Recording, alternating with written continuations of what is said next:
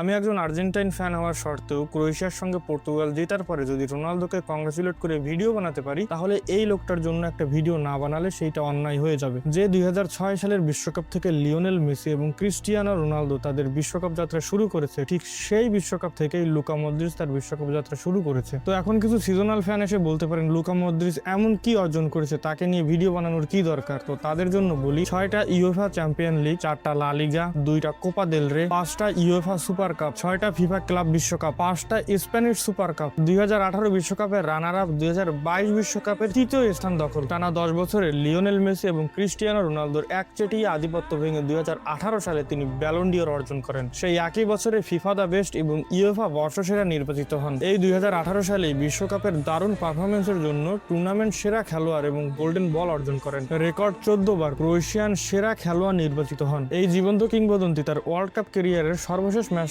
আজকে পর্তুগালের বিপক্ষে খেলে ফেললেন। সব গল্পের শেষটা সুন্দর হয় না, তো আমাদের মতো ফুটবল ফ্যানদের চাওয়া, যেখানেই থাকবেন ভালো থাকবেন কিংবদন্তি।